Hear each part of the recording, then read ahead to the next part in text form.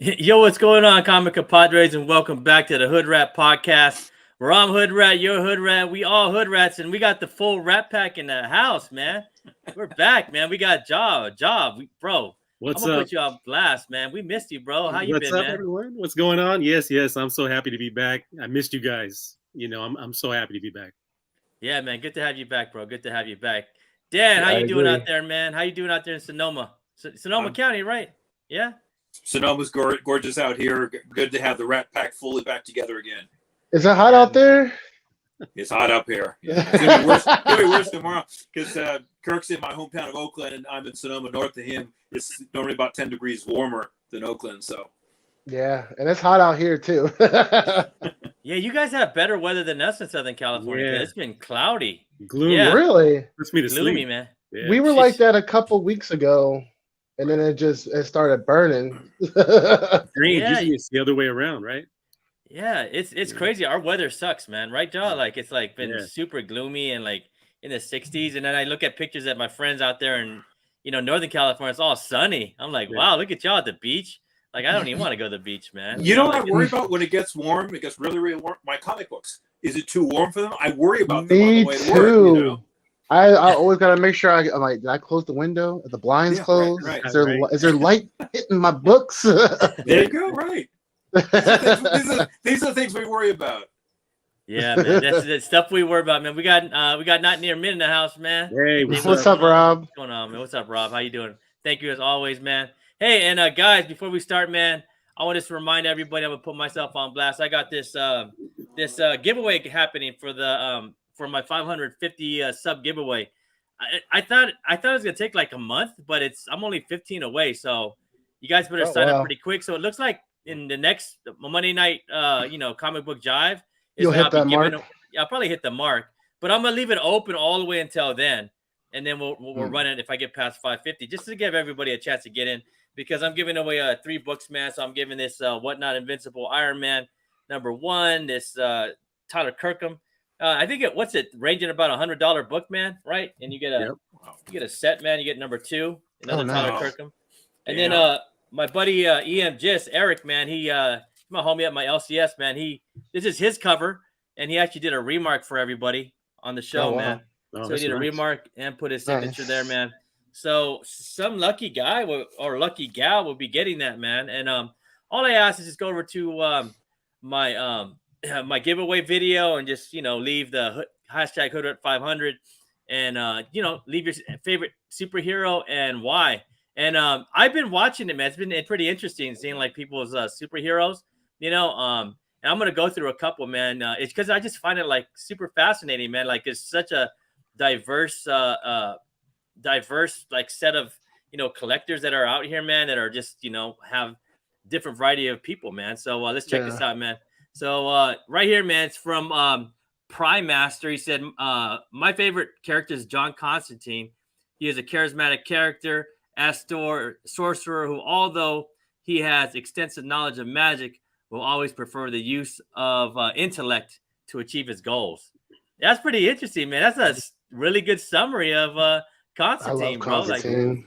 Like, like that's sick, dude. Like he knows that. I mean, just in like a few sentences, man. He wrapped it up, man. And then over here we got from Daniel. He said, my favorite character is Skinner Sweet from the American Vampire comic. He's a badass anti-hero with a good story. His character design is brutal and his personality is unpredictable. But if something is certain is that he will make the bad guys suffer. That's pretty cool, man. I never even heard of this guy. Do you guys hear No. about this? No. Makes you want to read it though, right? Like No, I've never heard of him. Super Yeah. interesting, man. And then another one right here. I did Prime Master already, right? So I did Prime You Master. did, you So did. what's down here? So Sinister said, Day One Gambit, man. The first book I bought was X-Men number number 20? 20. Or I think 20. 20. And it says, That I'm Jim a Lee cover. child of the 90s. And Jim Lee may be the man, but Andy Kubert will always be the artist who really brought Gambit and his style to life. Right, man. It's like the knowledge, man. Like I'm learning stuff from like my damn giveaway. You know what I'm saying? Like it's pretty awesome, man. And then let me see here. It's so I like this one, man. So this is Venganza. My favorite character is V from Vendetta. V's an anarchist who seeks to free people from the oppression of his government. On one hand, I'm disgusted that they don't openly reveal who V really is. On the other hand, it's like because it tries to make us see V as a person, but as an idea. Did you guys think about that too as V? I didn't think about that, right? That's Lemire. That's some Lemire goodness right there, right? Yeah. Like, he's not a person. He's an idea, man. Deep, bro. Deep, man. Like, I had one of my friends ask me, man, he's not a really comic book guy, right? Like, he's my coach. And he goes, I told him about our podcast. He goes, what do you guys got to, he was like, how much things can you talk about comics, bro? I'm like, I showed him my giveaway page. I'm like, that's how much stuff you can talk about, bro. That's like, look at all these heroes, anti-heroes, how much people go in depth and how much people are connected to them. It's just like anything else. You could be a nerd of one thing, but you could be a nerd of other. You could be a nerd of insects, man, a nerd of ants, a nerd of birds, bro. Like, you could just go in if you have the love for it and the depth, man. Like, it just shines, man. It makes you feel it, And I was feeling it from all those comments, man. I'll keep bringing it up as long as we have the giveaway going. But we got Dab in the house, man. Dab had a good video, bro. Dab was at MegaCon out in Florida, and nice video, bro. And it was just kind of like a POV, like it was just walking around with it. I was like, I felt like it was me and you, Ja, like at a con, like we was looking for Nomos the whole time. I'm like, that's what we was doing, bro. Exactly, yeah. That's what we was doing, man. Then we got Azores in the house, man. Azores, bro. What's up, Azores? You didn't miss anything, bro. Welcome back to Azores, man. I haven't seen you in a few, man. Welcome back, bro. But yo, man, you guys ready to get into it? Let's do it. We are ready to go, sir. Let's go. Let's do it, man.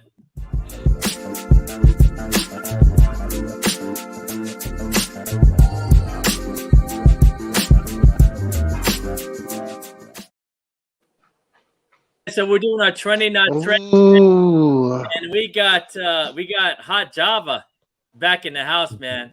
So Hot Java, man, we're gonna put you in the hot seat, so you're gonna go first, man. Talk about your trending, not trending book, man. Tell us what it is, bro. All right, so we all know Black Panther 2 is coming out soon, and Killmonger is gonna be in it, but Killmonger's dead. But really, who's dead in the MCU? Yeah, exactly. You know what I mean? So. In the comics, Madam Slay is the one that resurrects. Well, she helps resurrect Killmonger. So, I thought I'd feature this. I'm pretty sure it's not too much of a surprise to the comic book community. But I thought it was a good spec since pretty much I don't think anyone's really thinking about Black Panther right now. Everyone's on She-Hulk or some other, character that's coming out. And so I thought I'd feature this one. I think it has potential, and I know they did cast an actress, but we don't know what role she's going to play. So it is a spec. But I didn't know that. Yeah. So if you have to resurrect Killmonger in some way, shape, or form, I would say Madam Slay would have to be involved in it. Tell me more about Madame Slay, man. What's she all about? So Madam Slade really doesn't have too many superpowers. I don't think she has any superpowers. She has the ability to, I think, control leopards. So we got Black Panther, we got leopards, and her main weapon is knives. So I just think they have to incorporate her into the MCU in some way, shape, or form. Was it in an annual? Like she brought Killmonger back? Was that it? Yeah, it wasn't in this issue. Yeah, this is just her first appearance. Yeah, it was in an annual, right? Yeah. I had that. Yeah, I read that, man. He was Killmonger was in the cave. She brought him back. Then they went out and fought a little bit. Man, no one's ever dead, bro, in the comic books. No. I think she got the help of the Mandarin, right? But I think the Mandarin is gone. So yeah, man. Yeah. Yep. We'll change it up a little bit. I like it, man. It's and I was looking at the prices, man. So I'm gonna start putting 9.8s up here and the raw prices because just to make it fair, you know what I'm saying? So 9.8, man. Hold up. Look at what Azora said, man. Tiana Taylor. Anybody know who Tiana Taylor is over here? Tiana Taylor. I could look her up, bro. Tiana Taylor. Why don't you look her up, man, and try to post a picture of her? How about that? I'll look her up, man. Tiana Taylor. Yeah. I'm gonna look that up, man. I bet Madame Slay was hot though, bro. So she got You know she got to be hot, man. Yeah. So 9.8. So that's a really good price for a 9.8 right now. You know, look at that 9.8. The last one sold according to cover price was $113 back in 2018. 9.6 is backed up to 228. So like that 9.8 is probably a little bit higher. You know, higher now. You know, back in May, 398, bro. So you know, someone came up and one went for 147. Like, look at this, 147 a week before. One went for 398. Wow, dude. And someone picked one up, you know, it's 9.6 for $95. So yeah, man. So the prices seem so if the last 9.8 sold back in 2018, so the price has to be up to like what $500-600 on a 9.8, you know? That's what I would say. You know, so and then checking out the raws. Here we go, man. The raws are at a pretty decent price still, man. Look at that, you know, pretty $60. $60 for raw. One sold on May 12th. And then in April, man, one sold for $22.50. So that's probably a mid-grade, right? Mid-grade. And then a higher grade sold about $50 and then another $20 one. So still a pretty decent price. I would say like $40 book right now for a raw. Yeah. That's a hella good price, bro. Like and good spec too, man. A good spec. Wait, it's not that you know, Jungle Action really, there isn't too many great 9.8s left of Jungle Action, even 9.6 I would imagine. Yeah, not much, man. So we got Entropy in the house, man. He said greetings, man. What up, Kevin? Greetings. Yeah, what's up, Kevin? How you doing, man? And then Not Near Mint, man. He says hey Daz, man, who does I would take what me give away 181. That would have to be either Jaw or or Dan, because I don't have a 181, man. So you know, I don't think they're willing to give that up, man. Yeah, that would be. Yeah, I think we get more than. I think we would have to go for 2,000 to give a 181 away, right, guys? Like, you know. And then Azor says, "Nerd, no one ever really dies, man. No one ever really dies."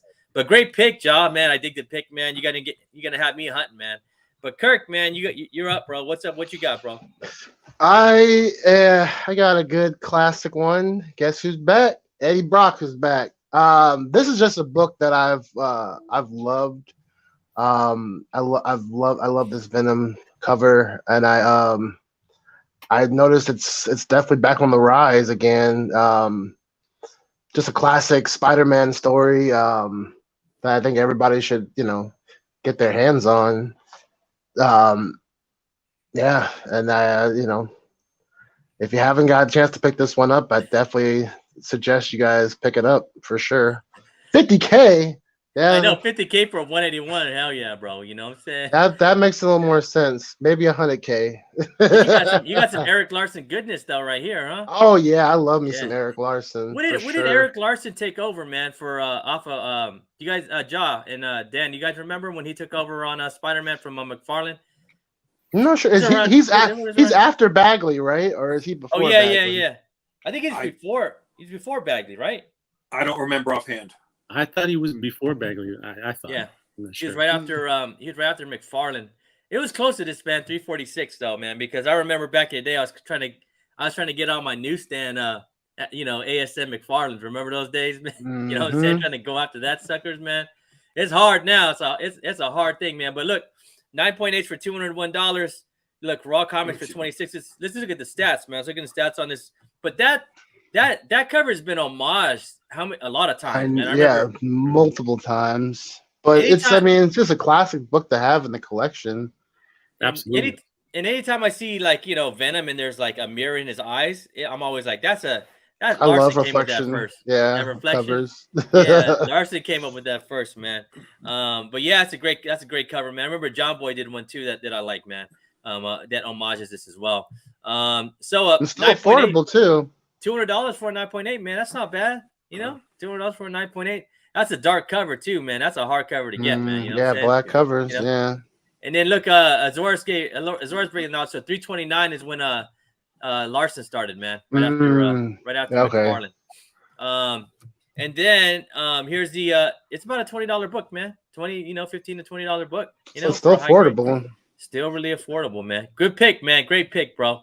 And then me, man, I got so you guys saw this on my Instagram. This cover. Yeah. You guys saw this on my Instagram. I was thinking about this really deep, man. And this was on the top 10.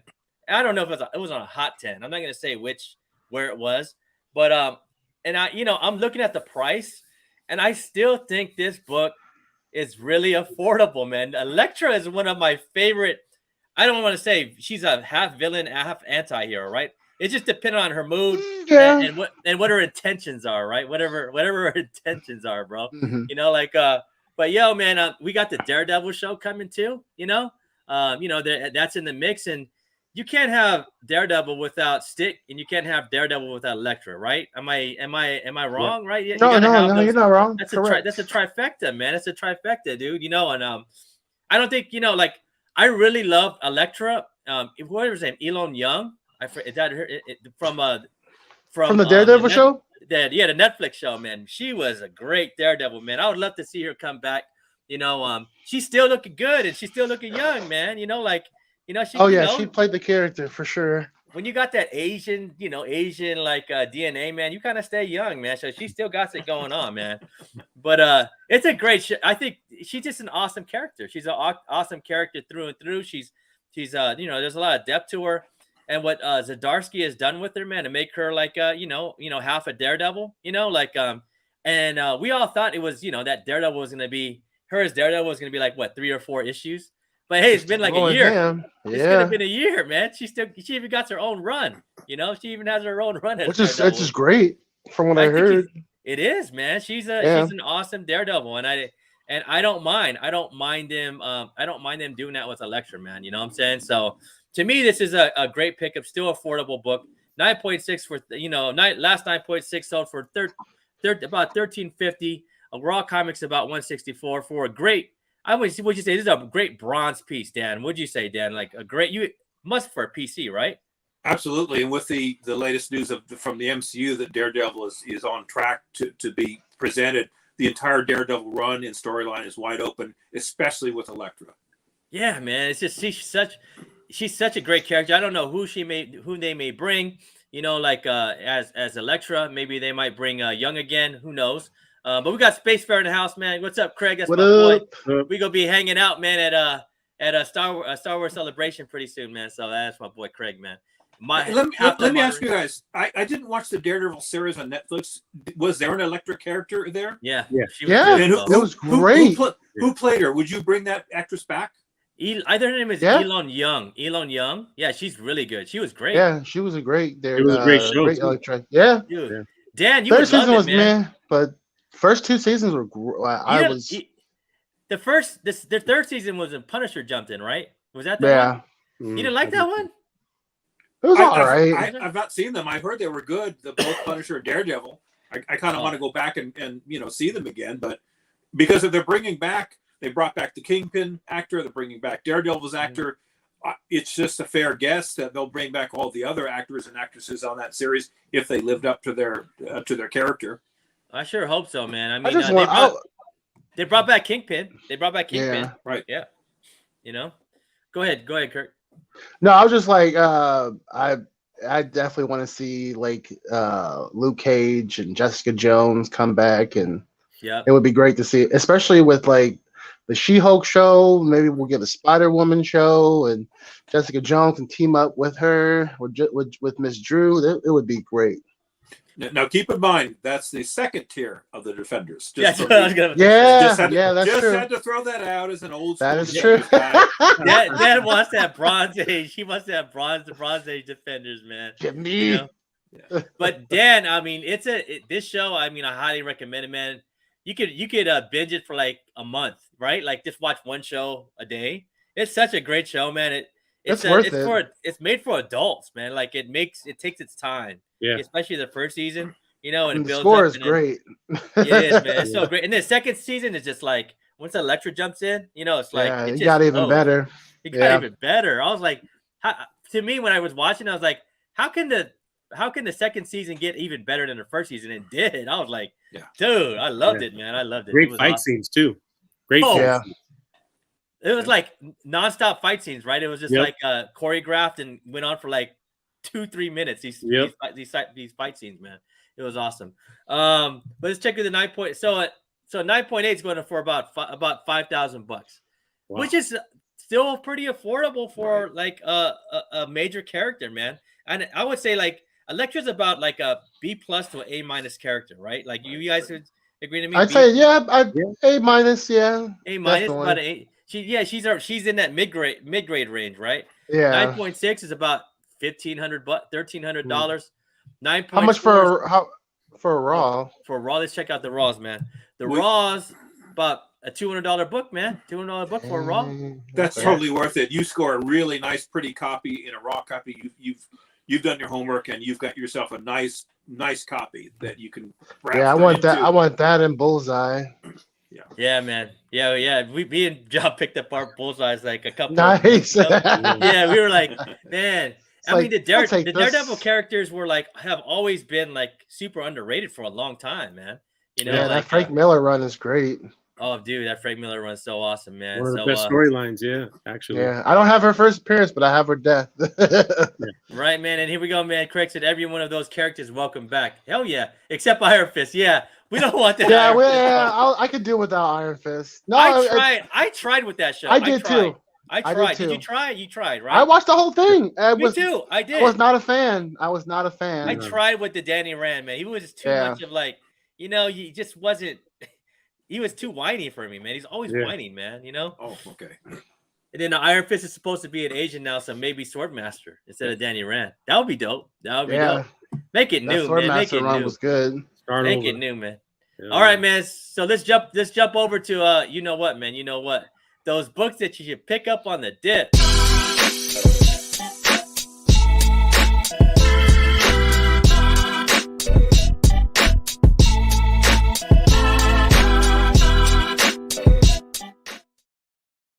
Yo, guys, so this is the books you should pick up on a dip. They're kind of free. They're kind of cold. They're mostly all really cold. They're in the freezer right now, and that like the old school freezer where it's on the top, man, and everything's all icy. Got defrosted. And then you can hang your Empire Strike Luke's upside down, and put the big monster in front of him. Remember those, man? Like the old school Take the freezers, picture man. too. Put it on Instagram. Where you had to make your own ice. You remember those days? You had to make your own ice, man. You don't have the easy ice machine no more. So that's 80s kids talking. No push to start. No push to start. No pushing. No crush or cubes. It was always cubes. We're all spoiled nowadays, man. But man, John, you got the first one, bro. Go ahead. Oh, yes. Kirk was great we were connected right here, Kirk. So Kirk nice. Just up. I want this book. So part of that whole Netflix, Marvel universe, they had Jessica Jones. So this is the first appearance of Jessica Jones, and I don't think it's in the freezer, but it's in the refrigerator. Let's just say it's a little bit, in between, maybe getting thawed out, especially after some recent news that we've had. I think they were gonna. Somebody made a comment, one of the actors or actresses or something like that. So I thought Alias #1 was a good pick. Mm-hmm. First appearance, Jessica Jones. It has a lot of potential. A lot of potential, man. I liked it, bro. When you brought this book up, I was like, why didn't I think about this one, man? Because look at the price, man. The price is like it's under $100 for A-, B+ character, man. She could be. I mean, there was a moment in time where she was like an A character, right? Like when she was on Netflix. And what's her name? Who played her? Do you guys remember the name? I see her. I see her remember. face. See her face. I don't remember her name. Yeah, but she did a great job. Because I love the second season too.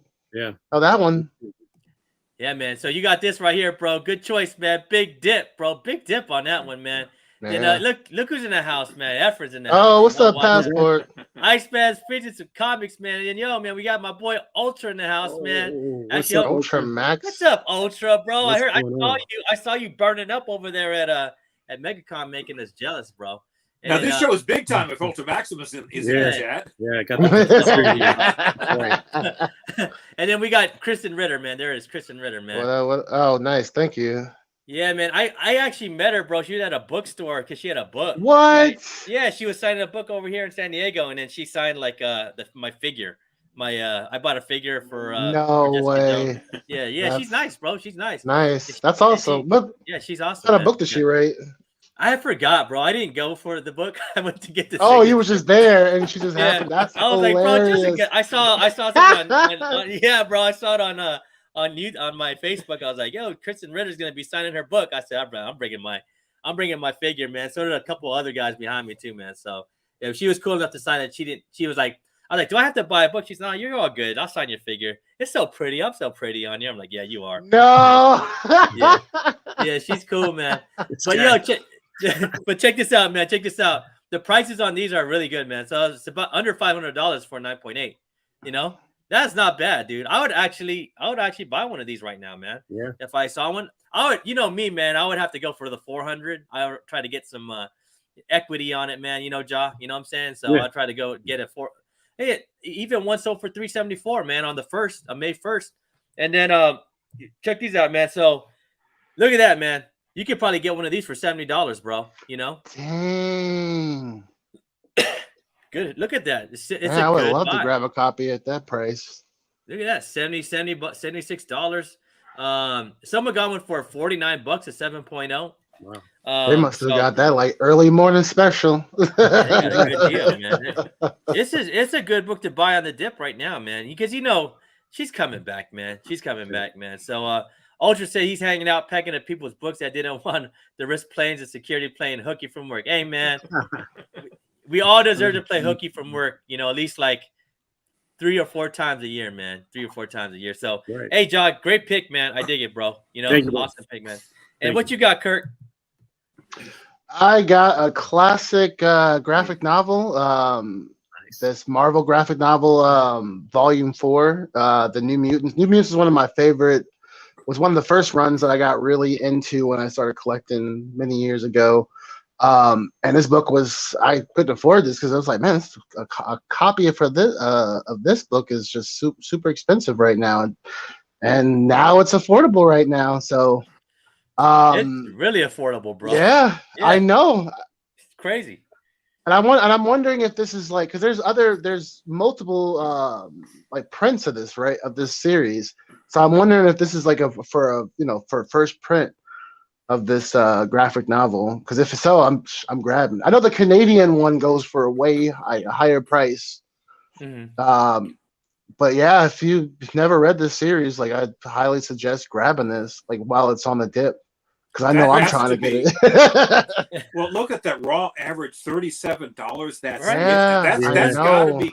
I really doubt if that's first print because it's still the New Mutants, and it's still a.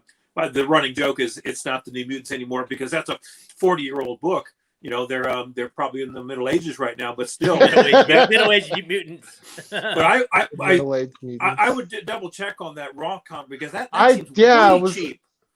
And I was thinking the same thing too, because I was looking at the Canadian price, and the Canadian copy is like 3 times more expensive than that. Okay. Yo, man, Sid's in the house, bro. What's up, Sid? He said that What up, movie Sid? that movie killed these books, man.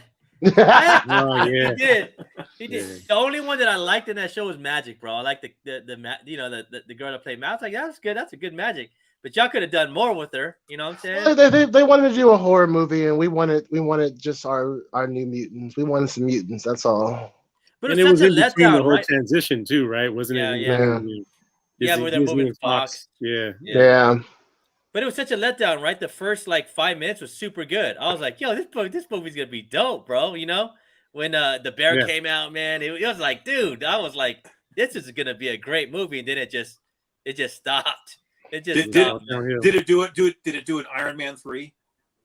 In other words, Iron Man 3 started out fantastic. They had me on Iron Man 3 when they brought out the Mandarin, and then they just did something unbelievably stupid. They just switched. The storyline took a dump, and I've never seen Iron Man 3 again. Was it that bad? It just like, yeah, it was pretty bad. It was like the first 5 or 6 minutes was so good, man. I was like, it was intense. You know, That's like how I feel about Thor 2.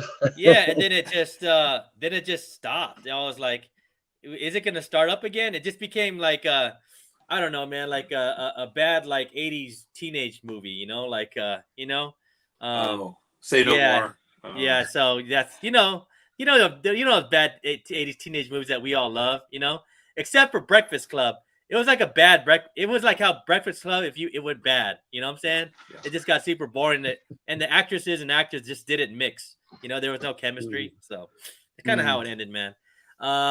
But yeah, man. But it's just some Chris Claremont goodness, though, right? Like you know, I mean, like Dan said, they're not the new mutants, they're like the midlife crisis mutants now, right? Like they're about like 50, 60 years old. But check out the prices on these guys. So so back in June, when June 2020, when the movie was about to come out, you can see the prices were up there, man. About $100 book. I would say about $60 to $100 book. Look at that, man. It was going crazy, man. Some, you know, it was popping off, and then now barely anybody's buying these books, man. That's crazy. You know, people buy books like on the spec for just some random spec, and they pay like $30-$40 for something. This is the first appearance of a major group, so why wouldn't you invest in something like this instead of some random spec? You know, exactly. It's today's comic world, I guess. I mean, I don't even know if they're even gonna try the New Mutants. They have a lot to get through, man. We got to get Fantastic Four, you know, and then we have to bring in the X-Men, and then, you know, I mean, I don't know, man. I don't know if we'll be alive when they're bringing the New Mutants, man, back. You know what I'm saying? So, you know, hey, I at least want to be in a wheelchair. I know, right. We could be watching that. We can watch it together at Florida retirement. Finally, home, all of us. Finally, we get to a New Mutant show. And then here comes Ultra Maximus, man. And Nimrod Graphics is a 9.8. First print is insane. Lots of copies, but the high grades is hard. Black. Oh, you're right. Right. Yeah, that makes sense. Yeah, usually when people buy them, they're not in that good condition. Yeah. Especially back in the 80s, right? I mean, who would have? Yeah, it was a graphic novel. It wasn't a comic book; it was a graphic novel, so nobody really cared about it. Right. It was just a book to read for them. Yeah, you know. But hey, man, if you're a Chris Claremont fan and you know you grew up in like my uncle, he loves the New Mutants, man. He'll buy that, man. He'll buy it for $35, man. He already knows. But great pick, man. Great pick, Kirk, because that's one of the books I was on the radar looking at a couple of years ago, and I never pulled the trigger on it. Probably a good thing I did. Me too. Yeah. Had you not just brought this to my attention, I wouldn't have known. Now I'm going to take a second look at this. I'm glad to help. And then mine right here, man. Mine is this, man. I picked two books. Is that issue 1? This is, you gotta have two different books. Yep, you gotta have two. There's two different books for Jenica.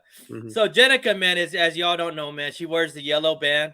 She is the first female Ninja Turtle, part of the gang, man.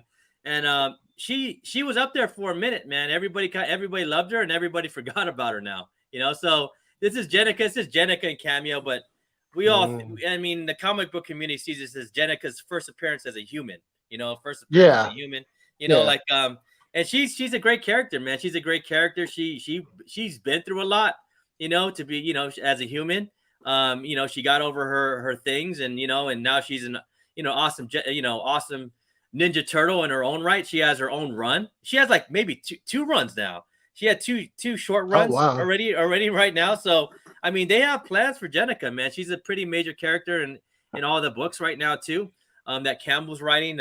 She's a great character too, and she hasn't seen. I don't think she's even seen, you know, even close to her peak, because no matter how bad Ninja Turtles gets, you know what I'm saying, the Ninja Turtle fans will never give up hope, man. You know what I'm saying? Yeah. The Ninja Turtle fans are hard freaking core, man, and they're of all ages. They're of all ages, man. Like they're my age, you know, because my ass couldn't afford no damn Ninja Turtles when I was a kid. Anytime I went to Kmart, man, we go to Kmart to my house. My mom would like slap my hand with her shoe, bro, every time I asked her for like a Michelangelo, man. You know what I'm saying? So, you know, like, so I'm a big fan because I just couldn't get them, you know, like, and now we have a female Ninja Turtle, man. And once she starts showing up in cartoons, you know, maybe she might start showing up in children's books. Maybe she might even start showing up in a movie. These books are going to blow up because the general public doesn't really know who Jenica is, you know, like it's like any other, like a Star Wars character, right? Like Black Chrysanthemum, right? Like, you remember when he showed up, we all knew who he was, but everybody's like, who the fuck is this guy? You know, like, and it went nuts. And like, he's dead. You know, you know, it's a crazy ass Wookiee, bro. The crazy ass Wookiee, the mean ass looking Wookiee with the scar. And everybody is looking on YouTube. Everybody's getting 1,000 followers because they were explaining to who, like, you know, Black Chrysanthemum was and all that stuff. Like, this is going to be like Jenica, because no one knows who Jenica is in the other world outside of our world, right? Of our Yeah. little comic circle. Our And little it's gonna go subculture. it's gonna go nuts, bro. Like, I mean, you know they're gonna make another Teenage Mutant Ninja Turtle movie. You know, it's on the horizon, yes, but they're gonna make yes. money. You know, they are gonna make money. And when she shows up in one of those movies and everybody goes, "Who is this girl, man? She turned into a Ninja Turtle, blah, blah, blah." You know, I'm like saying, you know, these books are gonna go skyrocketing, man. And you could actually buy one of these, you know, a raw comic for under $100 at the moment, man. So I'm going to show you. So this is the first book, you know, that I want to show you that's on a big dip.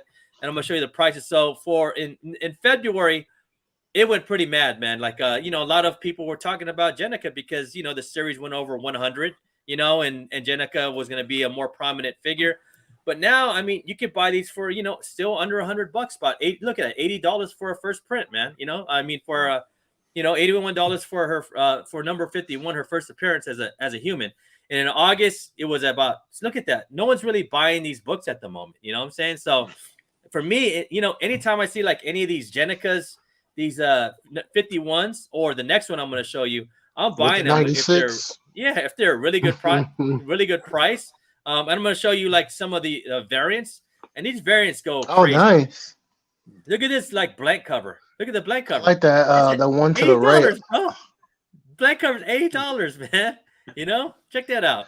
Because they want Kevin, they want someone to draw on it. That's why. It's this one right here, number 51, right here. They This want number Mr. 50 Eastman to draw on it. So this 51, it's a 1 in 10, right? An RI cover. So this is $137. And then you got the one from this is from the Rhode Island Con. And it goes for $60. I found this one for $25. I was like, I'll take it. Oh, nice. Take it all day long, man. I would, you know, there's no way. And it was actually, I actually did it. Look, I actually drew it. Look, you see that? You know, I'm playing, bro. Stop. Stop. That's my name, bro. Like, it's like basically my name. I did this. I did this. And then you have the fried pie right here, man. The fried pie is about That's the one I like. Yeah, how much is that one? $80. $80, man, for that one. That is clean. $80, man. And then the other book you want to get for Jenica is this one. There's two different ones. You got to have the set. This is number 95 when she transforms into a turtle, into a Ninja Turtle. You know, and this is a big key, man. I remember when this came out, man. Like same here. Know, like it was kind of not even on the radar. Everybody was like, no one really ordered a lot of these books. You know what I'm saying? So like, if you were not there on New Comic Book Day, you didn't get it, man. You didn't get this book, bro. You know what I'm saying? So this is a really important one as well. You know, this is a really important one as well to buy. So it's $195 or 9.8 at the moment, you know. And I'll tell you guys, you know, if you guys ever see Kevin Eastman and he has a booth, he'll always bring like a book of slabs, like a box of slabs, right? And they're all 9.8s, 9.6s, and he sells them for a quarter of the price. He just like, these are from my early bird fans. So you always want to go to Kevin Eastman's booth just to buy the slabs, man. It's his own personal collection he'll bring just for his fans. Just for his fans. It's crazy, man. And me and Godly and Dr. Comics, man, we picked through that sucker, bro. You know, anytime we see Kevin, man, like he has all these books from like Rhode Island Con, all these like, you know, limited to 300, you know, with his signature, yellow labels and all that stuff for $100 because he just wants to hook you up as a fan, man. So anytime Kevin's at a con, go to his booth early and instead of getting in line, jump and look at his slabs that he's selling because he's just trying to hook everybody up, you know. Let's look at the prices on these, man. Another good key. 9.8s are under $200, basically. You can get a 9.8 for $150, you know. Wow. Like, yeah, it's really good prices on these ones too, man.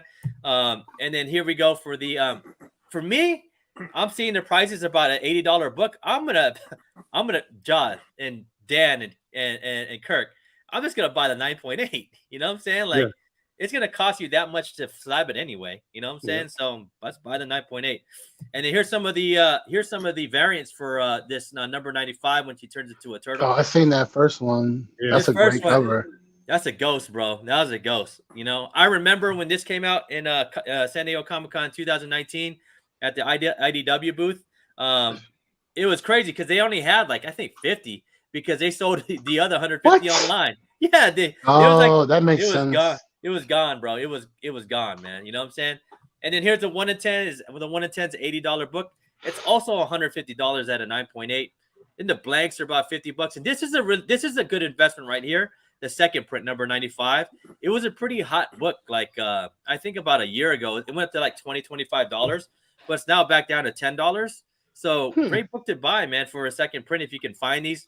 These used to be on the rack all the time at my LCS, but now they're gone, man. You know, so it's a hard book to find, but at the same time, if you can find it for a good price, maybe, you know, on Whatnot or on, you know, Instagram claim sale or eBay, you know, like I definitely recommend it, man. Definitely recommend it. But let's go to the chat, man. Let me see here, man. So we got Rob. He says, I still need a TMT 95, just down 51, 59. First and second prints. Good one, bro. Good, man. And hey, look, Cad Bane and his head's dead there. It's Illuminati. And then let me see here, man. We got Telekinetic in the house, man. Telekinetic, man. What's up, Telekinetic? What's up, man? Welcome. But yo, man, you know what time it is, man? It's time for I think it's time for I think Jaw's favorite one, man. Jaw's favorite segment, bro. Come on, now, to the now, to the now. And yo, man, here we go, man. We're doing our Hell No books. These are books in the top 10 or top 20s that we've seen in the last few weeks that we're saying hell no, and we ain't buying, man. Jaw, what was yours, bro? Hey, man, you know what we got to do? We got to find that dude in that video and bring him on the show. I know. Yes, that's a great idea. Oh my God, yes. That would be hilarious, man. Internet, listen now. Hunt him down wagging. and send him our email. He'd be doing a nerdy Dougie on here. The nerdy Dougie. That's what it is, bro. Watch. Come on, now, to the now, to the now. Dude, The nerdy Dougie, bro. That one cracks me up, man. Go ahead, So I had a little bit of a hard time picking a Nana book this week. The Hell No. So I'm going with Flash. This is first appearance, I believe. I believe it's the first appearance of Black Flash, right? And I think he was casted in the movie. Yep. And who knows what's going on with the movie, right? I think so. Yeah, that actor is just like been constantly in trouble. Yeah. And I think He just needs to leave Hawaii, bro. He just needs to leave Hawaii because he's getting arrested every day in Hawaii, bro. I know. There's like videos everywhere of him. So that's my pick. I mean, it's a DC book. Unfortunately, you know, I wish DC would, you know, do some more, you know, some better movies and things. And didn't have problems with actors. That's not their fault. So, yeah, this is my pick. I'm not buying anything Flash, and you know, there's no movie. I can't see them making a movie with that actor at this point. Neither, man. He can't make it, bro. So that's your Nana. That's my No. Come on, now, to the now, to the now. All right, man. What is your Nana, Kirk? So my Nana is not necessarily. Well, this book has been all over. Not this book specifically, but this volume, this issue 3. You know, the first Peggy Carter in comic books has been blowing up everywhere, and I honestly couldn't find like the original cover. The original covers looked nice, so I can't hate on those. Yeah. But this one I can.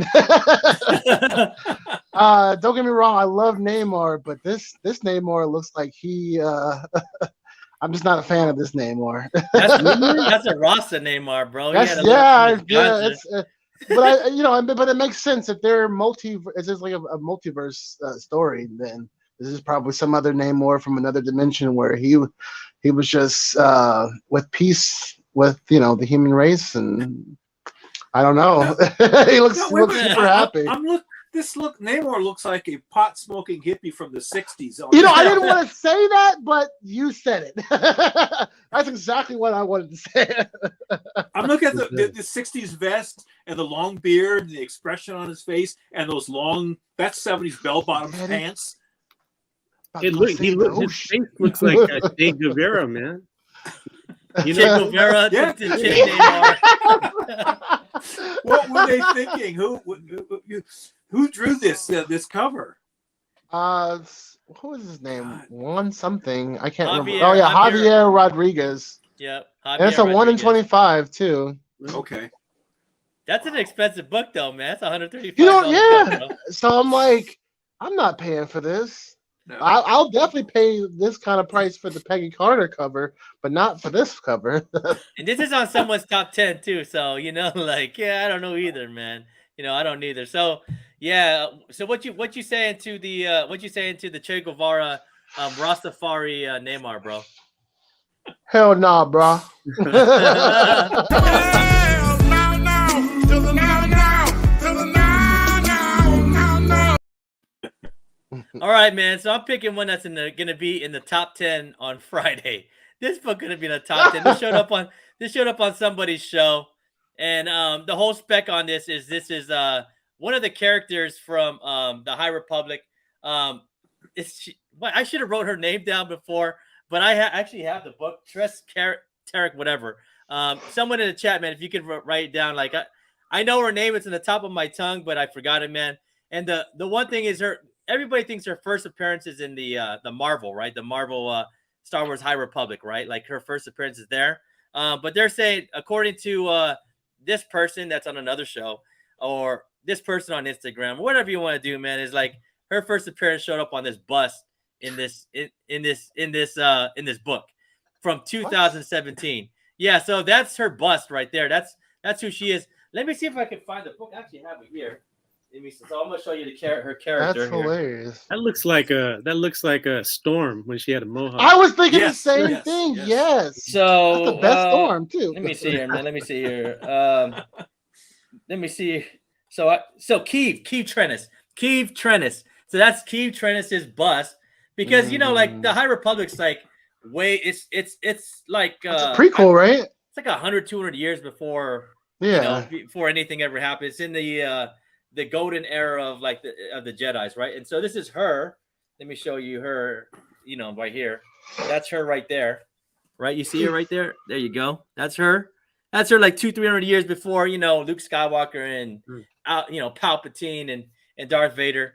But they're saying this is whatever, 300 years later, this is her as a lost 20 on in the Jedi library, right? The Jedi library, you know what I'm saying? So they're saying, yeah, because these books are written by Soule and Scott, and I think they had these people in mind all the way since 2017. So it's kind of been planned, and I got to give it to them. Right? I got to give it to them that they thought they were doing the long game, right? Long game on this. This is like 5 years later. We actually have the characters in the High Republic books. You know what I'm saying? So. But to me, a bust is not a cameo. A bust is not going to make a book worth, $20. Like, especially if in these Vader runs right here, like especially if you're if you're a Star Wars fan, you should be having this Vader run already, right? Like, this is $1 book, man. It's $1 book. Easy pickup book that you can actually go find in your bins at your LCS right now. Like this book would be in there, I bought this book for $1 just to complete my Vader run, my Vader run from 2017. But for it to be what do you guys think? Is this a cameo for you guys? Especially Dan and Jaw, like, you guys are the older guys in our group. Do you guys count this? Do you guys count this as a cameo of this character? No, and no discredit to the person that said it. But I personally don't know. My first thought is there an argument that could be somebody else? Like Storm. Yeah. It does, to me. It doesn't look like Keeve, man. Just because it has a mohawk doesn't mean it's Keeve, right? If it's written down there, on right here on the on a plaque saying Keeve Trennis, then it would be Keeve, right? But we're just assuming that it's Keeve, right? Unless the creator comes out and says, like, yeah, that's Keeve, then you know what? I'm gonna see Soule. I'm gonna see Soule at Star Wars. Oh, ask him. I'm gonna ask him, bro. I'm gonna ask him, like, remember, Darth, just like put the book right in their face, like right here. Number 8. Was this Keeve Trennis? Like if he confirms it, what if Soule confirms it? Does this make this? There you go. Then that book needs to be a $25 book apparently. Okay. I will ask. I'm not paying for it. No, because I'm actually going to a signing. Him and Scott, they're signing up. Some of their High Republic books. You just have to have the book. So I'm gonna ask him. I'm like, remember Invader #8, man, from 2017? You had this bus that looks like Keith Trennis. Was this Keith Trennis? I'm having it on video for y'all. I'm gonna have it on video. Straight news from the Hoodrat show right here, man. An investigative reporter, Ian Hoodratt. Investigative reporter, bro. You know what I'm saying? All right, man. So before we move on, man, Sid asked a question here. He says, "What do you guys think of the Image TMT books, super low print?" I would say yes, man. I would say those books are all low print. I mean, if you can collect... I'm slowly trying to work on that run, so yeah, get them while you can. Dollar bins, man. Yeah. Teenage Mutant Ninja Turtles are on the dip. Those are big books that are on the dip at the moment, man. Like, because there's nothing really going on for them cinematically or on any of the streaming networks. So yeah, definitely, man. Surprised they don't have another cartoon coming out. I know, right? They, on what is on Pluto, man? On Pluto, like it's the free kind of app. You can watch shows. They have a whole Ninja Turtle network, bro. It's just Ninja Turtle cartoons. Me and my kid. Well, Nickelodeon had a bunch of Ninja Turtles for a while, didn't they? Yeah, TV shows. I think this one is kind of connected to the Nickelodeon network. It kind of looks like it, man. And then Rob said those TMT books have some books under 3K and the last few under 2K. So yes. And look, Rob wants me to get it. I'm gonna bring the video, man. I'm gonna put it on video. I'm gonna ask him about that. Vader #8. Was that bus? Was that bus? Idea. Was it Keith, man? Was it Keith? You know what I'm saying? The nerds want to know. Tell us. The nerds want to know, man. So so we're gonna get to it, man. And you know what time it is? You know what time it is, Kurt? It's time to learn.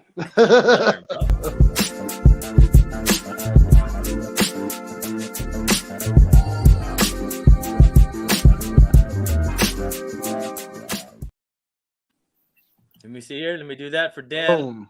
Let me figure it out real quick. Let me see. No, that's not it. Okay, here we go. I got it right there. Bam! There you go, Dan. All right. Welcome to Comic Book Corner. I'm Dan Delatorre. A lot to talk about this evening. We'll start first with the Doctor Strange movie. It has been 3 weekends since the Doctor Strange movie debuted. It's still the #1 movie, as I understand it. Overall, and there's going to be some spoiler alerts as we delve into the movie. It was a very, very entertaining movie. No question about it. On the positive side, the acting was outstanding. Entertainment like you can't believe. But as I said in the last segment, that I think that what surprised me most was not who showed up, but who didn't show up in the movie. A lot of that has to do with all the spec for a major movie. And so anyway, I certainly recommend that you see it. But let me talk about some of the things that disappointed me with this movie. Most notably, I was expecting this to be a continuation from Loki episode 6, when Kang the Conqueror had showed up and just made the very wild and powerful revelation of the multiverse being broken into, and that introduced a whole variety of different storylines. Instead, it was a continuation from WandaVision. Wanda Maximoff, which I don't mind the Wanda series, I think was out of the box thinking, but in the end of that series, the antagonist was not Agatha Harkness, but it was Wanda herself. She was grief-stricken after the death of the Vision. She loses all self-control and kidnaps an entire town called Westview, kidnaps 5,000 people or so, all to live out this fantasy because, again, she was so grief-stricken from her loss. And I didn't mind that because Marvel has had a history of profiling their heroes as flawed people. And we as people can relate to that. That was the human element that Marvel was so famous for. What I did not like to see in this particular movie was a continuation of Wanda herself again being the villain in the form of the Scarlet Witch. Now, there are so many things that they could have done. I would have liked to have seen perhaps a cameo from Loki. I would have liked to see more reference from the Multitude of Madness. I guess we'll have to wait until the Thor movie. But the biggest problem I had overall with this movie was the lack of originality. What happened in the end, and again, this is a spoiler alert, Wanda, the Scarlet Witch, becomes the villain in this movie. She's still grief-stricken, and she's in this search for her 2 children that you see in the WandaVision movie. And what happens is Wanda Maximoff / the Scarlet Witch becomes the new Jean Grey, aka the Dark Phoenix. We've seen this story play out not that long ago in one of the MCU movies. It was a lesser movie. It was one of the X-Men movies, but this is something that was not new. The storyline was virtually identical. A mutant becomes ultra powerful, has a different persona, cannot control this persona, and she becomes trapped in her own body, her own power, and so forth. And the lack of originality continued, as they even used the same character in the form of Professor X / Patrick Stewart to come save her. We saw this in the Dark Phoenix story. We also see it in the Doctor Strange Multitude of Madness with the Illuminati, which the Illuminati others have talked about. That was another disappointment. Sadly, the only positive with the Illuminati was we got to see who the Reed Richards character is going to be moving forward in the Fantastic Four movie. I'm critical of this movie for this reason, that was a major movie. And what you see behind me are a partial collection of my comic book collection, but look at those as stories and scripts. When Disney bought Marvel Comics, they bought over 80 years of storyline, original storyline. There were so many things they could have done with this particular story. I thought it was a bit laziness on their part to sort of rehash the entire scenario using something we saw maybe, 15 years ago when the X-Men movie came out, the Dark Phoenix movie came out. Patrick Stewart was excellent in this movie, by the way. In fact, that does bring up a subject that I have always suggested to Marvel, that they continue to have more mature actors and actresses, at least in their 30s or 40s. They bring more of a presence to their role. And this movie was no exception. Now, no offense to the young lady who played America Chavez. She's a young girl, perhaps teens, I suppose, but simply because of her age, she doesn't have the presence that the older actors do. And the other thing too is, as a comic collector, there's a lot of speculation, but we count on these movies to generate interest in the comic book world. I'm not certain how much interest that they generate, but ever since Iron Man 1 and the MCU began, the comic book market, and including the back issues, has exploded. The other component to the explosion in the comic market was CGC. CGC started in the year 2000, and they led the way up until just a few years ago, when they ran into a situation when their company became very successful, and they had to deal with growing pains. They haven't done that very well, and they started to make mistakes. And because they made mistakes, that brought doubt into the comic market. And the same thing can be said if the MCU starts making mistakes along these lines here. There are so many things they could have done, so many things they didn't do, and things they should not have done. I don't want this continuing. One of their strengths is the interwovenness of their storyline. Now, with the Moon Knight series, which I love, by the way, but the mistake that I had was it was a standalone series. And instead of being a standalone series, it wouldn't have been that difficult to make one connection to interlock it with the rest of the Marvel Cinematic Universe. We'll see what they do with Thor, which is due out in a couple of months. But again, I'm not knocking the movie. It was an excellent movie, but there are so many things that were missing components and things that probably shouldn't have been in there. Let's go to the economy. Now, this is not a political show.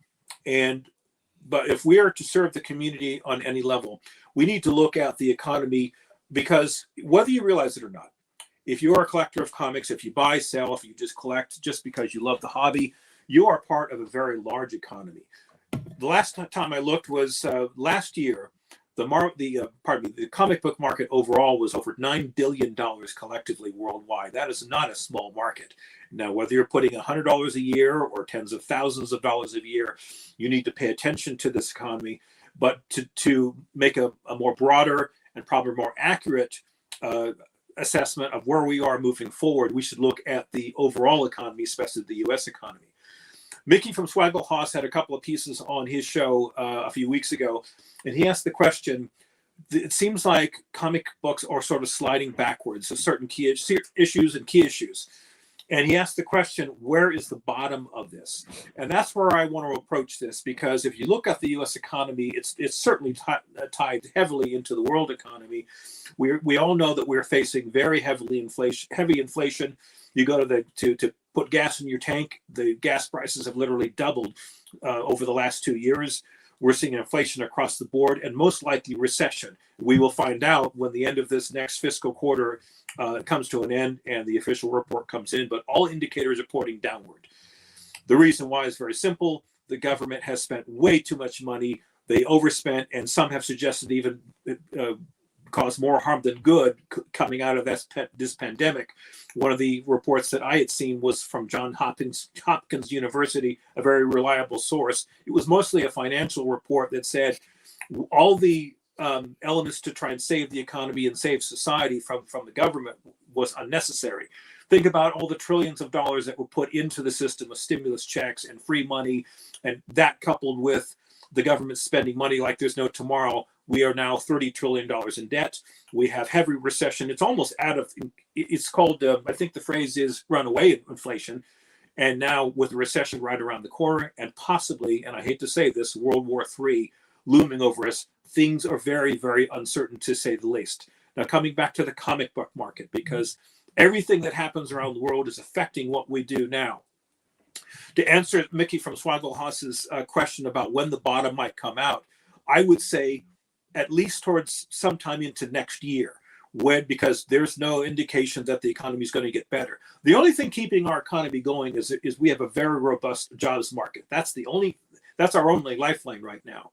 But regarding what you do moving forward with your purchases, I would approach with caution. I'm still buying comics, but I'm being very cautious when I buy, because I want to make certain I'm not overbuying. I don't want to buy a book that's $100 and 2 weeks later drops to $60. That's not a very good purchase. So what I'm going to be doing is profiling pretty much for the next few episodes, a number of books you might want to keep your eye on because they're interesting. They're great story reads. And I have this overall view when I look at any book that is profiled in the new comic book market. There's nothing wrong with new comics, but I always ask myself the same question. What can I buy in the Bronze and Silver Age, especially with Marvel? So let's begin with some of these in no particular order. We'll just look at these two at a time. To the left is Avengers 3, a classic story from Stan Lee and Jack Kirby. These are roughly, I was looking on eBay at some of the prices of these. You can get these for around a decent price, a decent cover. It was $300 to $400. Now, again, that may seem like a lot of money, but if you see some of the prices that are going on some of these new comics, they're asking for $500, $600, $800, $1,000 for a new comic. I would take a nice copy of Avengers 3 any day of the week, and that pretty much goes for any book we're about to show here. That is an absolutely gorgeous story, a classic tale, and if you can get your hands on this and all the others, because again these are solid keys. They pretty much stabilize. They don't really go anywhere. To the right is Journey to Mystery 103, the first appearance of the Enchantress and the Executioner. We still really haven't seen the Enchantress. She is a very mainstay character in Marvel. We saw a version of the Executioner in one of the Thor movies. I thought they downplayed the character. He was a more sinister, far more powerful character. He rivaled the Hulk's strength. But look at that. If you can find that in the rainbow bridge, look how vibrant those colors are. If you can find a nice one, I'd still get your hands on one of those. And for all intents and purposes, I would probably get raw copies because you get a better deal moving forward with each and every one I'm going to profile. Next, we have, what did we do next? Oh, speaking of the Avengers 3, to the left is Journey to Mystery 112. There is a side battle that is not told in Avengers 3. It is told here in Journey to Mystery 112. A great story. You can get these reasonably priced. And again, this is Stan Lee, Jack Kirby goodness. There's nothing else like it. To the right, one of my favorite villains, an underrated villain who also had a long-standing history in Marvel Comics, Journey to Mystery 114. All the Journey to Mystery issues are quite, again, there's nothing wrong with them, but these are some of my favorites here. Get them while you can. Next on the list, we have, to the right, one of the most beautiful covers I've seen in Marvel. This is early Hulk 104. This is a Maurice Severin cover. Maurice Severin did the early Hulk run. She was one of the few female artists in the industry, extremely underrated, extremely talented. And look at the gorgeous deep cover, that blue that has. And there was one villain that I had loved. He became a hero in later modern comics. That was the Rhino. In this particular story, The Rhino shows heart. He shows tremendous heart as he fights the Hulk. He is outmatched. He's a strong character, but no match for the Hulk. But this reminded me of the old Thing Hulk battles where, excuse me, the Thing from the Fantastic Four, certainly a strong individual, but no match for the Hulk, but he never gave up. And that's what I loved about this particular storyline. To the right is the Destroyer, the first appearance of the Destroyer in Journey to Mystery 118, a book I was bidding this past weekend. I just missed the bid. Again, I'm being very cautious in my approaches, but I love that storyline, but that is also one of the Heralds of Galactus. And one of the things I'm trying to collect in my own personal collection is each and every Herald that Galactus had. He's one of the last holdouts. So if you're selling on eBay and you see me bidding, please be kind, because I'd like to have that in my collection. Moving on to our next couple of books here. Oh, these are two gorgeous and underrated books. All these books that I'm profiling, by the way, when I used to go to my favorite comic store, which no longer exists in Berkeley, California, called Comic Relief, you'd go through all the bins. They had the deepest selection of Marvel comics, Silver and Bronze Ages. These were the comics that would always disappear. You'd go to issue, in this case here, Hulk 131. You go to Hulk 130, it would be there. 132 would be there. 131 would be gone, because look at that gorgeous, gorgeous cover. If we could big screen that, Ian, that is the classic Iron Man armor fighting the Hulk. Now, this is a continuation from Hulk 128, where the Avengers fight the Hulk, but General Ross is not pleased by the showing, because Thor and Iron Man don't show up in this contingency. Iron Man hears about this, so Tony Stark makes a personal appearance to try and fight the Hulk. It's also the first appearance of Jim Wilson, a friend of the Hulk. But just that cover just alone is a gorgeous classic cover. To the right, I've always loved the Thing Hulk battles. That is Incredible Hulk number 122. It's yet another attempt as Bruce Banner tries to cure himself by employing Reed Richards, and they put their brilliant minds together. But of course, they clash with the Fantastic Four. Another gorgeous cover, both very reasonably priced. I would get your hands, you can get your hands on a really nice copy to get it slabbed. But look how colorful and fun those covers are, and the stories were outstanding. Next on our list, we have one of the characters that I'd always loved was the character Hawkeye. An underrated, to this day, underrated character. When the Hawkeye series came out, I thought Tales of Suspense 57, his first appearance, would move up significantly. It really didn't. I don't know if it was that particular series or simply people don't really appreciate that series, but I've loved Hawkeye. And here he is in Hulk 166. But let's go to Daredevil 99 first, to the right. What happens in this storyline, this is in the early 70s, where Hawkeye he has a disagreement of sorts with the Avengers. He leaves the Avengers and ventures out on his own. So in Daredevil 99, he tries to reconnect with his old fling, Black Widow. Daredevil, who was seeing her at the time, wants nothing to do with it. It was a fun story. This is a Steve Gerber story. But then he goes to Hulk 166. Now, that's the unfortunate part of that issue, Hulk 166 to your left, because Hawkeye is a prominent role in that comic, but he's not on the cover. So many people don't know that he appeared in that. But that is a continuation of the Hawkeye saga. A fun story. The Hulk is battling this character called Zax. Hawkeye is actually the hero in it, but he doesn't get any credit, sadly, which is what he's looking for in the first place as he's venturing on his own. The Hulk gets all the credit and he gets all the praise. And then after Hulk 166, it goes to this issue here. That would be Defenders 7, which will come up and bring up in just a second. He might be having computer. Oh, there it is. Look at the all of these covers here, from the Silver Age to these early Bronze Age, and I take it back, I'm still saying these are early Silver Age, late Silver Age, colorful, fun stories, very pop art-ish. But Hawkeye joins the Defenders in this particular run, and this does lead very shortly afterwards to the Avengers-Defenders battle. But this is a great read. This is Steve Englehart at his best. Steve Englehart did the first 11 issues of the Defenders. These are all-time classics. And this is probably the most affordable of all the books I've just profiled. Everyone, this has been my segment. On the next episode of Comic Book Corner, we're going to profile the She-Hulk, because speculation runs rampant as it always does. I'm going to profile what I think might happen, should happen, and should not happen with this upcoming series. I think others. Newbie has made a pretty fair assessment of what I think might happen with the She-Hulk series. It's going to be fun, entertaining, but it probably won't be all that serious and a bit lighthearted. But we will discuss that and future issues, and we'll continue on with this speculation in the next episode. For the Ian Hoodrat Network, I'm Dan De La Torre, and this is Comic Book Corner.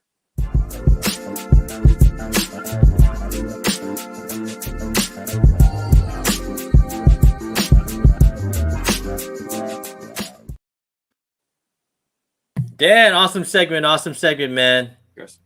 Great, Yeah. awesome. As Appreciate it. always, man. So I'm gonna watch the rewind and go and bid against you, Dan. Now, all right. So I know what books you're going for now. So if you see some guy, it was you sniping me. if you see me from a long way, I'm just like ping, ping, ping, ping. Pew, Dan. pew. You, Dan. And I'll be All over right. there, Ian. That's Ian, man. That's Ian, man. Let's get to the chat, man. So Rod told me to get it on video, man, with Soul, man. I will for sure, man. He says I'll be on Key Collector. No, please don't put me on Key Collector. Anybody that goes on Key Collector just gets murdered, bro. Like I like my life, you know. I like my life. I don't want to get murdered, man. You know what I'm saying? Yeah. We got Michelle in the house.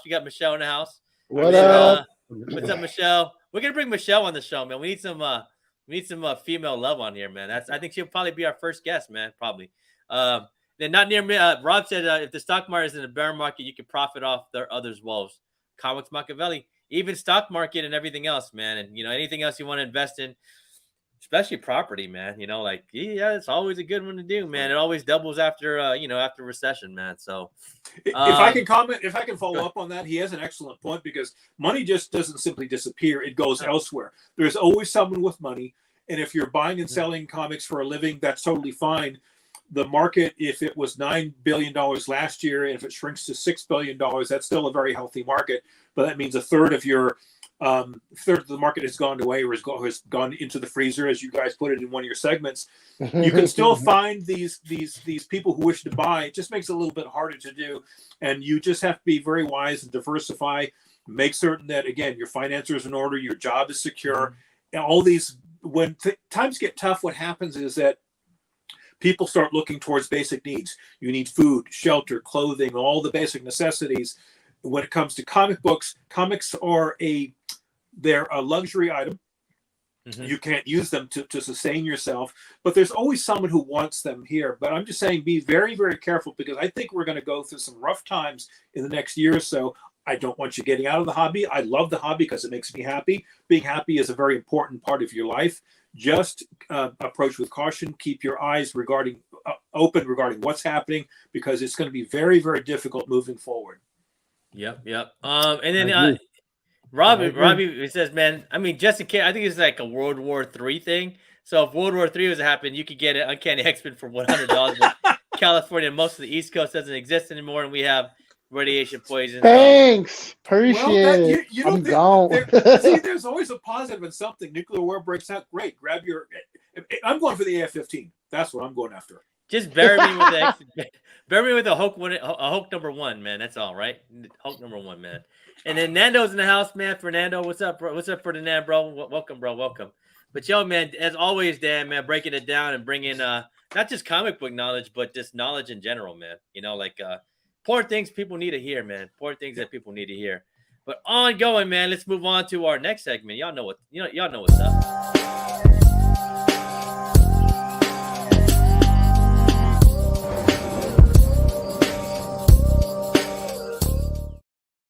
Lots of news going on in the comic book world today. Lots of stuff. I mean, there was one thing after another. You know, like it just all kind of happened.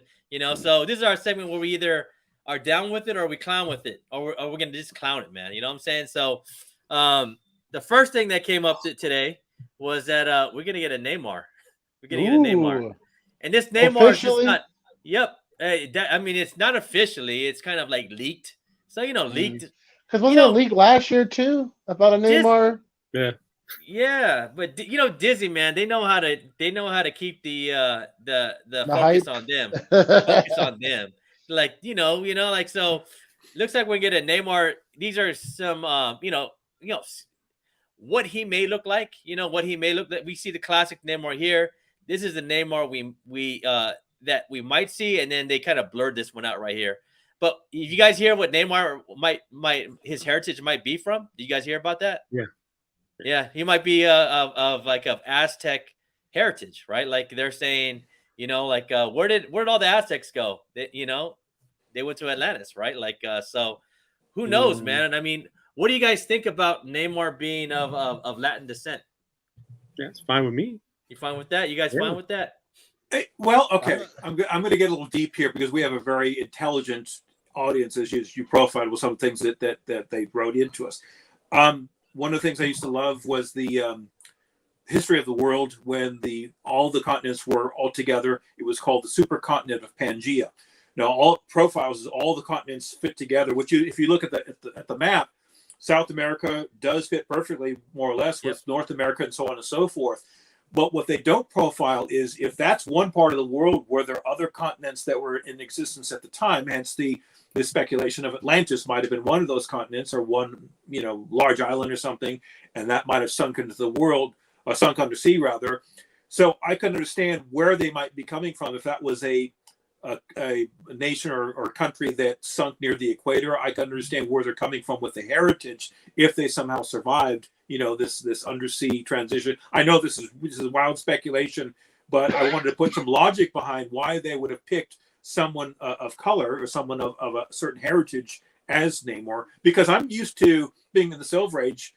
The classic Namor to the right is just a typical white guy. If you don't, no pun intended, no offense with point. He was Spock before Spock, Leonard Nimoy. That's what it was. And so if they're going down this road, they may be putting that kind of thought into it. Maybe a little deep thought regarding the history of Atlantis. The comic book writers love to tell history, and they love to put logic and a lineage together. That may be where they're going with this. Yeah. Let me see. Craig says here, man, I think he's with you. He hopes he's OG looking cool with whatever heritage they make him. Yeah, just do it right. Just do it right. Yeah, right. Remember that Alien versus Predator, man, where the alien was like on top of one of the pyramids and that, when the Aztecs were alive. Remember that? I thought that was dope. That's what came to my mind. I was like, if they could do something like that, because I mean, like back in the days, like in that Aztec culture, it was brutal, man. This shit was brutal, bro. Like it was a brutal time to live, man.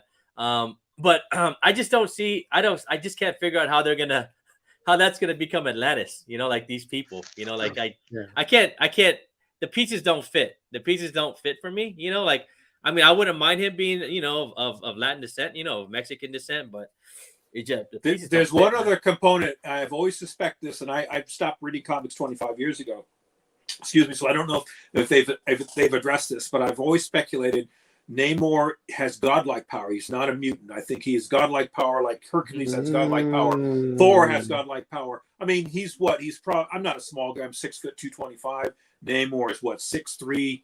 Pushing 300. You're taller than me. Totally, and he's got little wings to lift this 300-pound beast. I'm sorry, there's something mystical about this, and that would tie into perhaps Poseidon or what are the other sea gods? Triton.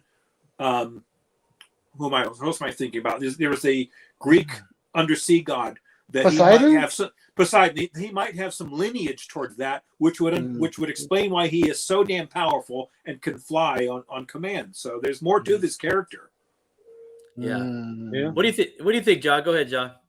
No, I think at this point, I think we just gotta wait and see. We got characters that come out, and people already have a character in their mind already set in stone, and it's pretty apparent that Marvel's trying to change some of the characters and some of their ethnicities in some cases, and this is just one of what we'll probably see.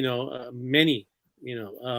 The Avengers are predominantly Caucasian, right? So I think they're trying to go into a different way, and I don't see any problem with it as long as it makes sense. That's all, and do it right, and have the right actor, and make sure that he looks like Submariner, and his powers are the same. I think it works fine.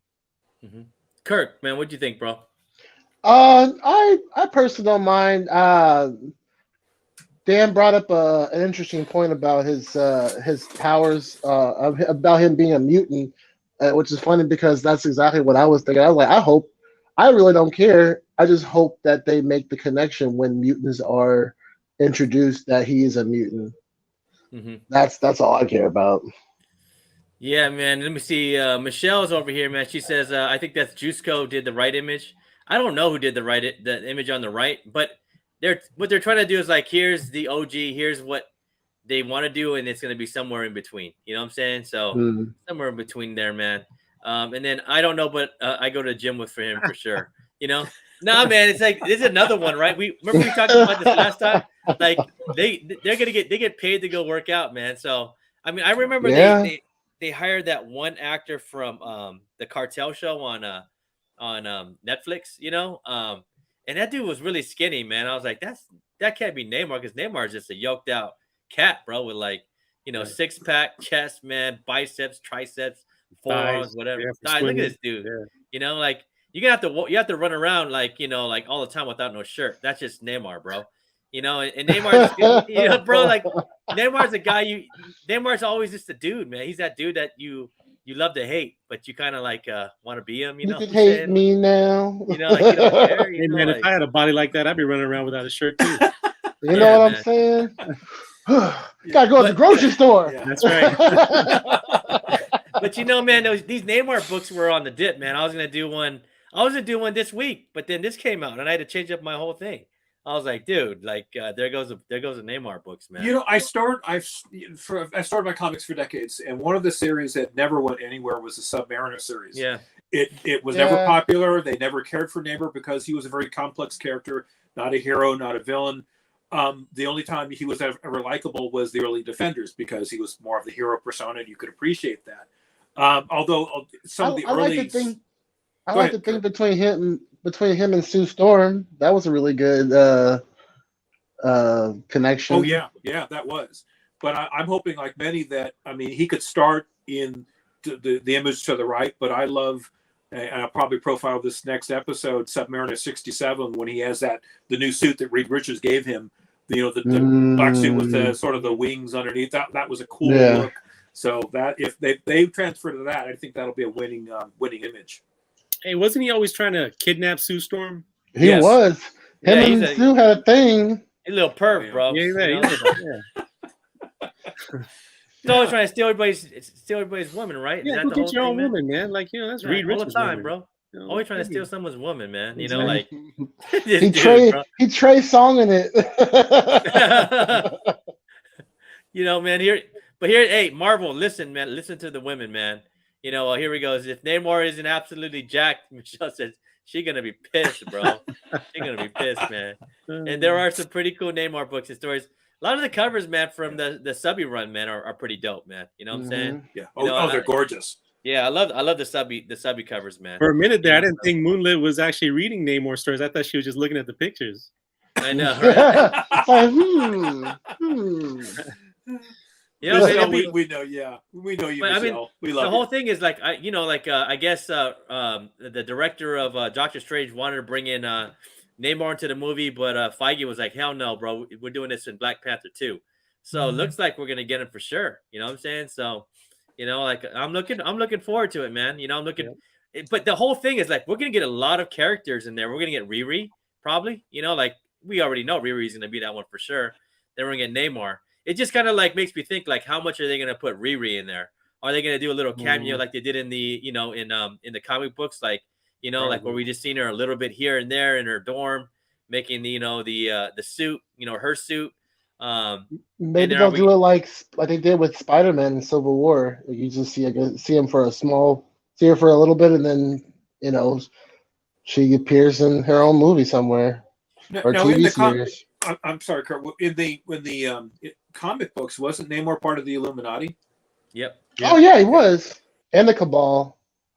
I mean, there was an empty seat, man, in the movie. So I mean that's why they wanted to bring him in the first place into Doctor Strange, because they wanted to complete the Illuminati, the way it was in the comics. But Feige said nope. You can have Peggy Carter. You can have Peggy Carter, guys. You know what I'm saying? So So I guess that's why we had Peggy Carter, right? Which is good. I like that. Actually liked her. I just think they did her wrong, bro. I was like, don't do her Yeah. like I that. thought that Don't whole do segment that. was like too short, man. Like you know, It's too short. it milked it a little bit more. Yeah. You know, when she had the I jetpack, agree. the jetpacks was just like, man, she just like Boba Fett, bro. Like I was like, Yeah. that's like Boba Fett. You The know? greatest flaw, and I didn't say it in my segment, but they had Professor X with his power to read minds and all that. He couldn't read Doctor Strange's mind, couldn't read the mind of the Scarlet Witch, and realized they were all in danger. And that whole thing was poorly handled. That whole battle scene with that whole group, it was a huge disappointment. I agree. Look at this, man. Craig said, I heard Namor and Kazar on the top of Feige's list. Man, we might be able to ask him, bro, if we see him over there in Star Wars. Ooh, the Savage Land? Yes. Okay. Yeah. Cool. That would be awesome. I'm gonna next week. I'm gonna profile a book that he just reminded me of Kazar and Namor. I won't talk about it now. Stay tuned for the next episode. And then we see Michelle says, "Hey, I don't know too much about Namor, but I do read my comics. You know, she let y'all know, man. She let y'all know, man. Michelle is one of the most. She does. She's one of the quickest studies for someone who's only been in the comic industry, comic collecting world for a couple of years. But this woman knows her stuff, and I'm more than impressed. Yeah, man. My man Sid right here. Nothing but shirtless heroes moving forward, bro. Look, man, we're in the Speedos, bro. You ready for the Speedo heroes, man? Like, look at that, man. Let's just what are they trying to do here? Just give them a Speedo. Just cut those off. Let the do it for the ladies. Do it for the ladies, right? The That's Disney friendly right there, man. Yeah. Bro, but you gotta hook up the ladies, man. You know what I'm saying? So next up, man, the next one that came up today is Thor: Love and Thunder, man. Did you guys watch the trailer? It came out yes, I did. It looked great. I'm pretty fucking stoked for this show, bro. They did it right. The trailer got me pumped. What do you guys think, man? I'm gonna start with the OG man of the crew, Dan. What do you think, bro? I'm hoping this addresses some of the things that the Multitude of Madness Doctor Strange movie did not. And one not trailer, but a banner that I'd seen promoting the show has Loki on it. And if that's true, Loki will make a guest appearance. And I'm hoping he talks to Thor, makes him aware of what's going on. And if I'm right, and I hope I am, this will lead towards the ongoing Kang saga. Mm-hmm. Yeah, man. Craig thinks it looks dope, man. I think he's down with it. Hey, Ja, what do you think about it, bro? I think it's going to be a good movie. I think it's I just think it's going to be a good movie, man. I think everything about it looked just like the comics, and I'm looking forward to it. Yeah, man, looks good. It looks so good. Kurt, what do you think, Kurt? Yes, I loved it. I can't wait. I'm going in it optimistically in terms of like the design of Gore, because but overall I love it. It looks like amazing. They had a focus on the Necrosword, man. Did you see It that? did. I did. Sword, bro. The sword's there, bro. The sword's there, but it's not like the comic book sword because the sword's kind of like in his it's not like symbiotic. It's like it's in his body. I always say it's like part of his soul because it kind of makes him all mad and crazy and evil. Like anybody it touches, so. Isn't Beta Ray Bill rumored to make an appearance here? And I bring that up because if the Jane Foster Thor is from another universe, they might play off the Beta Ray Bill as a Thor from his universe. There is no Thor. There's Beta Ray Bill who's taken up the mantle as Thor. That's one thing they might. One of the things the MCU does is they draw from the comics, but they have their own spin. Yeah. And so that's just, again, it's idle speculation on my part, but. Beta Ray could be the guy that was missing in that one in the last trailer, right? Yep. There was like an empty spot. Yes. Maybe it's Beta Ray Bill. Yeah, they can't give it to us all, man. If they give it to us all, bro, like when I saw the story, I was like, please. And then they showed Russell Crowe. I was like, no, I wanted to be surprised. Like you see at the end, they had Russell Crowe. I was like, Ian, let me throw this out though. What if they do give us everything we want in this movie? I don't think anybody's going to complain. No, not in the trailer. Not in the trailer. Oh, I want to be in the trailer because I don't even know. I mean, for me, I don't know where this story's going. Like Doctor Strange, we all kind of knew where it was going. Like I don't know. I mean, do you guys know where it's going? Like there's so many No. different No. facets, storylines going on between him and Jane Foster. And then you got, the Russell Crowe character. Who's that? Is that Zeus? Who's that? That's Zeus. Yeah, That's Zeus, Zeus, right? yeah. Zeus. And then you got Gore. I And wouldn't then you forget got- Hercules. Hercules. Then you got Wow. him. Then you got him Yeah. working out. Then you got him working out. Like, why is he working out and getting all, Right. yoked out? Like, there's a lot of stuff. Like, how does this all connect? Like Right. Beta Ray Bill and like everything else. Like, I can't. I'm pretty stoked, man. I'm glad that what's his name? Waititi, right? Waititi's doing this movie. Every time he does a movie, it's always like an eclectic mess of beauty. Like the last Thor. I love that movie, bro. The last Thor. What was it called? Ragnarok. Ragnarok. Yeah, Ragnarok. Dude, that was such a good movie, bro. That was one of my favorite MCU movies, man, that I watched. Yeah. And Moonlit just said she had to step away, man, so she went and watched it. So she says she says she likes it, man. I hope Nice. they balance the funny with the serious content. But YTT does that. Right. YTT does that pretty well, man. He does it really well. And then Sid's over here, man, says people are hating Gore, but I think the way everything around him turns black and white look crazy. I'm gonna wait, man. I'm not gonna hate on Gore. I'm gonna wait till the movie. Yeah, I'm trying. If Yeah, I'm anything, Christian Bale's gonna knock it out acting wise, right? So, Right. Oh yeah, of course. Yeah. Bro, he's kind of he's always kind of suspect though. Like not him, but his characters. When you see him, you're like, you're hella suspect, bro, because Yeah. he's so good at it. Like Yeah. like you don't know where they're coming from, bro. And then Dad bod to God bod. What's wrong with dad bods? That was hella funny. That was hella funny at the end though, bod. man. At the end when, bods. When Zeus like knocked all his clothes off, bro, and all the women passed out. Oh I yeah. was like, dude, that's hella funny. Ah.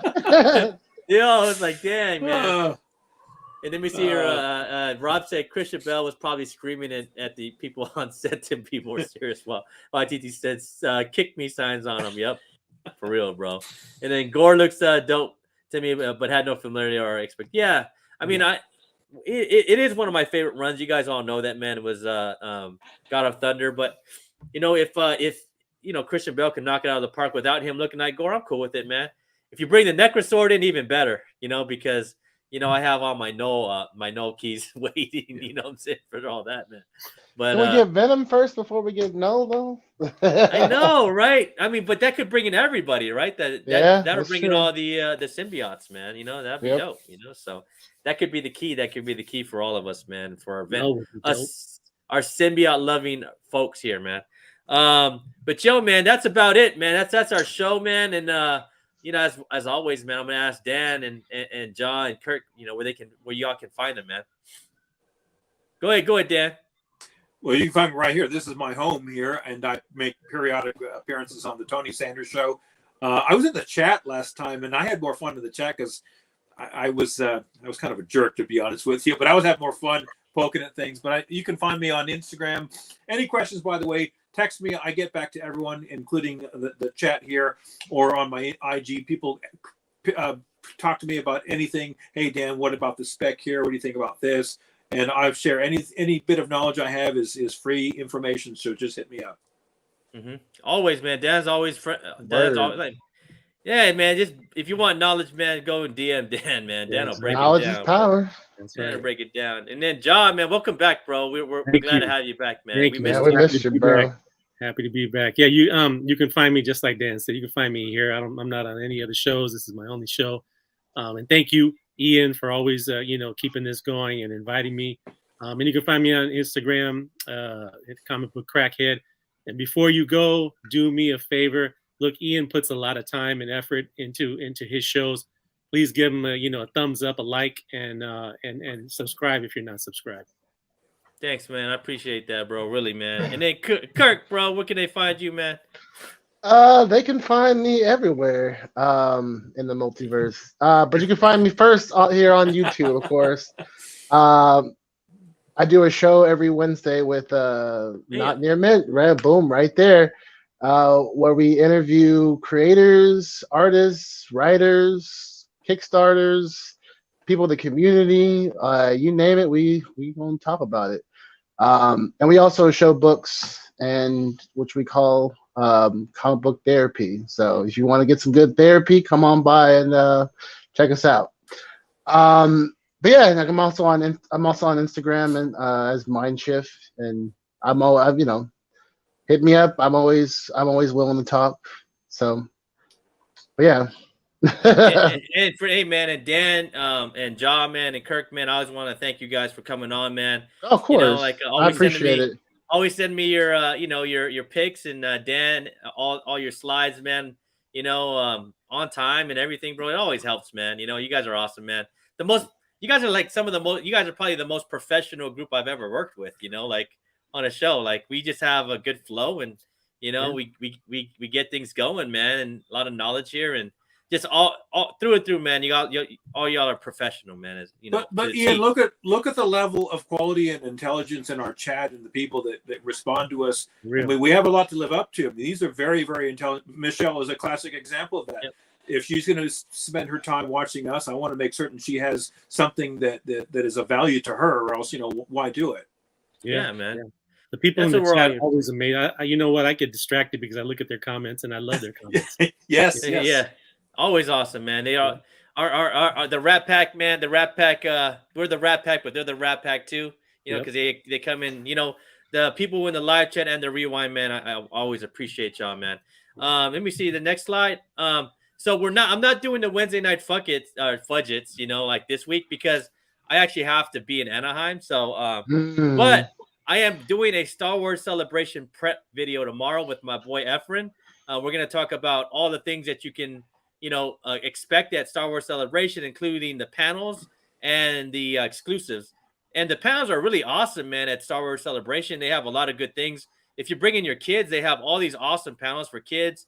I'm be taking my son to a bunch of those, and there's just a great amount of Star Wars fandom that's going on that I'm looking forward to. Jaw, you gonna join me, man? You gonna join me on Saturday? Yeah, I'll be there. Since you said your son's gonna be there for sure, because bro, we're gonna go. Time, you know what I'm saying? We're gonna go build some Mandalorian hats, bro, with him. No, yeah. They had this workshop where you they have they have all the material. You build this Mandalorian kind of hat, and then you color it. So. Cool. We'll do it with Tristan. We'll all have our own kind of we'll be all Mando style, whatever Mando style you want to be, man. You know what I'm saying? So so that's the show, man. And I thank everybody for coming through. I appreciate everybody. And make sure to if you haven't, jump over to my my giveaway video, and giving all these books away, man. You see all those books. And I'm only 15 off from the 550, so we're probably going to be running it next week, so it's coming quick, so but I appreciate everybody coming through. Do we have any last words of wisdom and some advice for the crowd before we bounce? No, man. Be safe. Be safe. Be safe. Eat right. Kiss your loved ones. And say your prayers at night, man. Because I'm Hoodrat too. You're Hoodrat, and we all Hoodrat. We all Hoodrat. And we out. Peace. Thank y'all.